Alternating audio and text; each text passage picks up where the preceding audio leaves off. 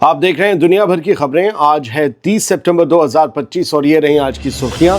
Iran में जंगी तैयारी तेज, top general बोले नेवी हर हाल में भिड़ने को तैयार। ट्रंप का बड़ा अल्टीमेटम, हमास के पास जवाब देने के लिए सिर्फ 3 से 4 दिन की मोहलत। दोहा में हमास, मिस्र और तुर्की के साथ कतर की एक अहम बैठक आज। हमास ले सकता है फाइनल फैसला। और सऊदी अरब की कैबिनेट ने उठाई आजाद फलस्तीन की मांग। ईस्ट जेरूसलम को फलस्तीनी रियासत की कैपिटल बनाने का मुतालबा। ये थी कुछ हेडलाइंस, जिनके अलावा भी कई अहम खबरें हैं इस वीडियो में। आजाद बोल इंडिया में आपका खैर मकदम है। मैं हूं आदिल खान आजाद और ये है स्पेशल प्राइम टाइम शो दुनिया भर की खबरें। तो चलिए शुरू करते हैं तफसील से खबरों का ये सिलसिला। और सबसे पहली खबर आज ईरान से। ईरान से एक नया पैगाम आया है।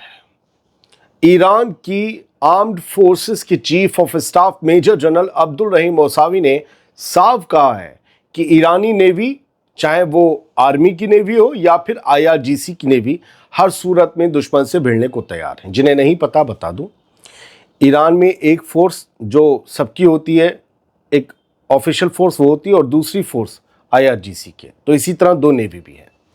जनरल मौसावी मंगल को हरमोज़गान सूबे के दौरे पर पहुंचे और वहां दोनों नेवी के ऑफेंसिव यूनिट्स का जायजा लिया, हमलावर यूनिट्स का। और उन्होंने उनकी कॉम्बैट कैपेबिलिटी और ऑपरेशनल तैयारी को बारीकी से परखा, मुआयना किया। असल में ईरान के पास इनपुट है कि शायद इस्राइल उस पर फिर से हमला कर सकता है।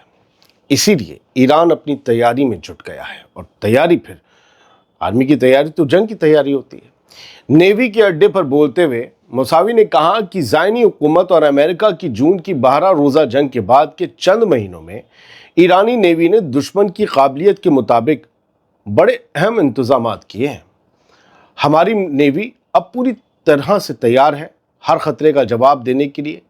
मौसावी का बयान उस वक्त आया है जब इलाके की समंदरी सरहदों पर तानातनी और प्रेशर लगातार बढ़ रहे हैं।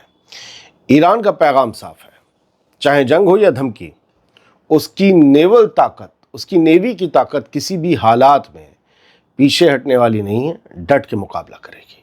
और अब गजा की खबरों पर आते हैं, जो बहुत ढेर सी हैं और इसी से तमाम ममालिक की जुड़ी हुई खबरें हैं। ट्रंप ने अल्टीमेटम जारी किया है कि हमास के पास अब 3 से 4 दिन की मोहलत है, जवाब दो। अमेरिकी सदर डोनाल्ड ट्रंप ने आज कहा कि उनकी पेश की गई 20 नुक्ते की गजा अमन तजवीज़, यानी 20 पॉइंट वाली गजा अमन तजवीज़ पर हमास को जवाब देने के लिए सिर्फ 3 से 4 दिन की मोहलत दी जा रही है। ट्रंप ने धमकी भरे अंदाज में कहा, हम 3-4 दिन देंगे, फिर देखेंगे मामला किधर जाता है। अगर हमास ने हामी भरी तो ठीक, ना भरी तो अंजाम बहुत ही अफसोसनाक होगा। ट्रंप ने दावा किया कि इस प्लान पर तमाम अरब और मुस्लिम मुल्क, यहां तक कि इसराइल भी दस्तखत कर चुके हैं। अब बस हमास का इंतजार है, वो या तो शामिल होगा या फिर नहीं। याद रहे दोस्तों कि कल रात को डोनाल्ड ट्रंप ने इस्राएली वजीर आज़म बेंजामिन नेतन्याहू के साथ व्हाइट हाउस में प्रेस कॉन्फ्रेंस के दौरान 20 पॉइंट्स का ऐलान और प्लान पेश किया था, जिसका दावा है कि इससे गजा पर जारी जंग का खात्मा हो सकता है और रीजन में अमन कायम हो सकता है। अब एक अहम खबर सुनिए। हमास की तरफ से डोनाल्ड ट्रंप के प्लान पर जवाब टाला जा रहा है, क्योंकि माना जा रहा है कि ट्रंप का ये प्लान इसराइल के हक में झुका हुआ है। डोनाल्ड ट्रंप का 20 नुक्ते वाला गजा अमन प्लान, जिसे बेंजामिन नेतन्याहू और अरब मुस्लिम मुल्कों की हामी मिली है, अब तक हमास की तस्दीक से महरूम है। ज़राए के हवाले से कहा गया कि हमास का मानना है कि यह मंसूबा पूरी तरह इसराइल के हक में झुका हुआ है और इसमें ऐसी शर्तें रखी गई हैं जिनका मकसद हमास को मिटाना है। मगर सख्त इनकार भी हमास के लिए आसान नहीं, क्योंकि ऐसा करने से उन अरब और मुस्लिम ममालिक के साथ उसके रिश्ते बिगड़ सकते हैं जिन्होंने इस डील का इस्तकबाल किया है। इस वक्त हमास एक नाजुक दोहराए पर खड़ा है। वो क्या फैसला लेगा, इस पर सभी की निगाहें टिकी हैं। सब जानना चाहते हैं कि गजा का मुस्तकबिल क्या होगा।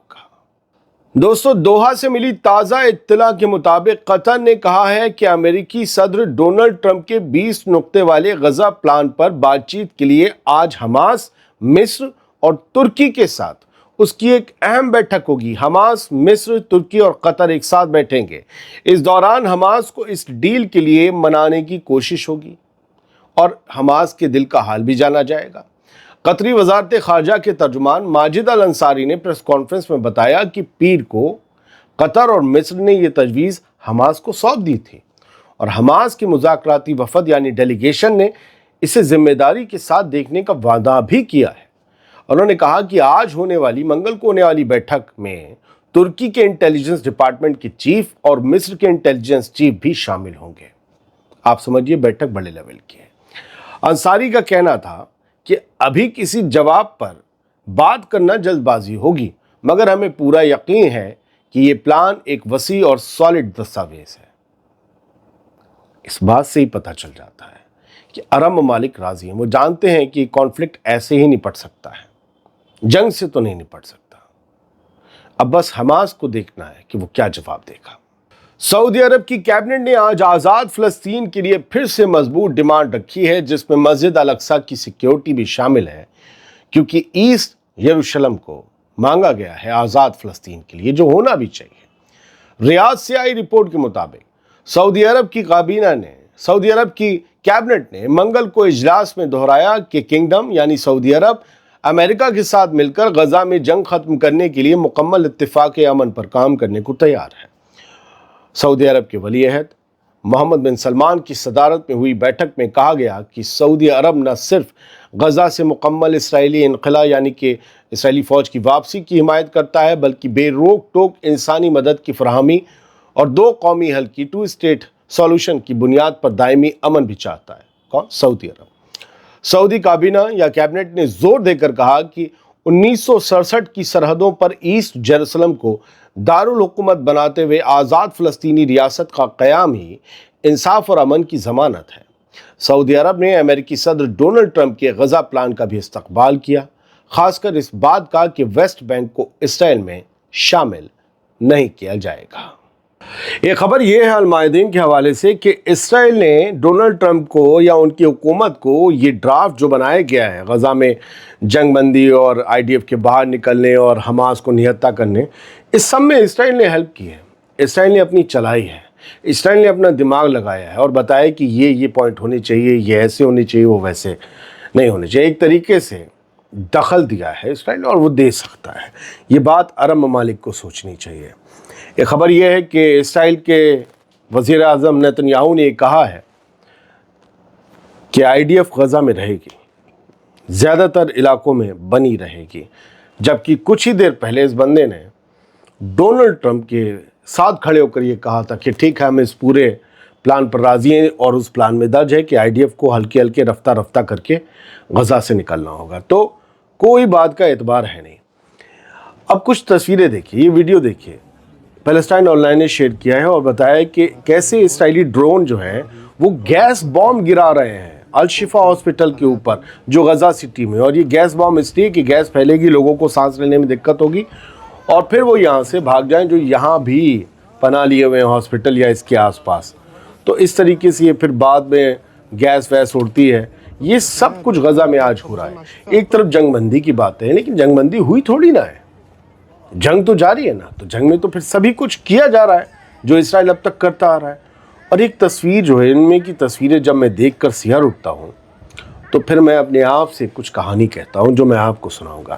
یہ جو نکل رہے ہیں لوگ اپنے گھروں کو چھوڑ کر بھاگ رہے ہیں، یہ سب الرمال محلہ ہے غزہ سٹی کا، جہاں انہیں آرڈر دیا گیا ہے کہ خالی کرو، ہم سب تباہ کرنے آ رہے ہیں، ایک ایک گھر زمیندوز کر دیا جائے گا۔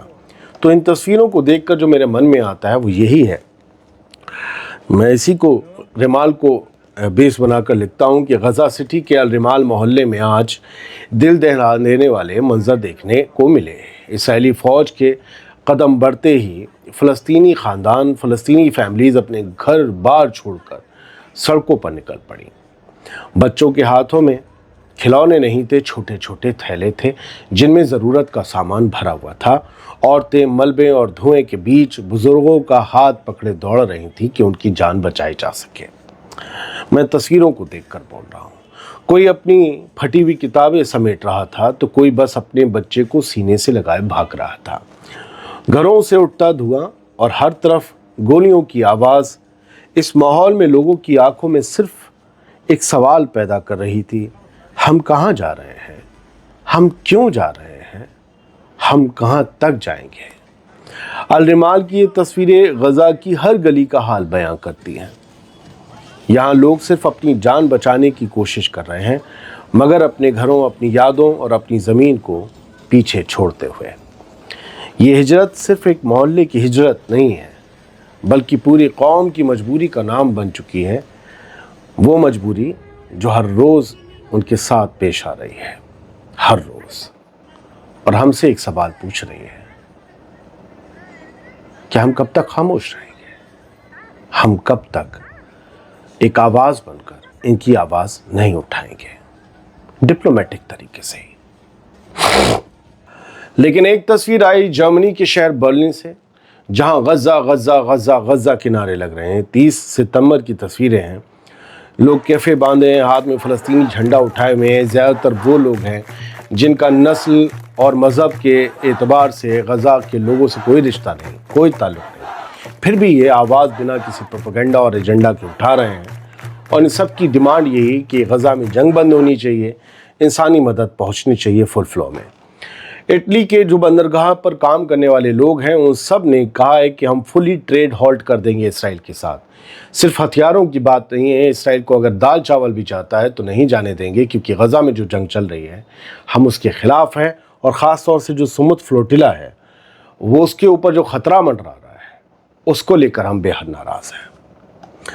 RT न्यूज़ की खबर कहती है कि भारत के प्रधानमंत्री नरेंद्र मोदी ने गज़ा में जो सीज़फायर प्लान ट्रंप ने पेश किया है, उसकी तारीफ़ की है मोदी ने, और उसकी हिमायत की है। और उन्होंने कहा है कि अमन ही वाहिद रास्ता है इस पूरे रीजन में स्टेबिलिटी लाने के लिए।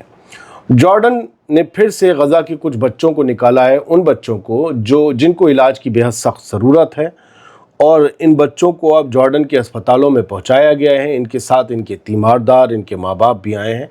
ये 12वां ग्रुप है बच्चों का जो जॉर्डन लाया गया है, और इसमें इस ताज़ा ग्रुप में 14 बच्चे हैं, 38 तीमारदार या माँ बाप शामिल हैं। मार्च के महीने से अब तक 749 लोगों को निकाला गया है, जिनमें 220 बच्चे या मरीज़ थे जो गज़ा से जॉर्डन लाए गए, और उनमें 529 उनके कंपेनियंस थे। बहुत बहुत शुक्रिया। सलामत रहिए, खुश रहिए।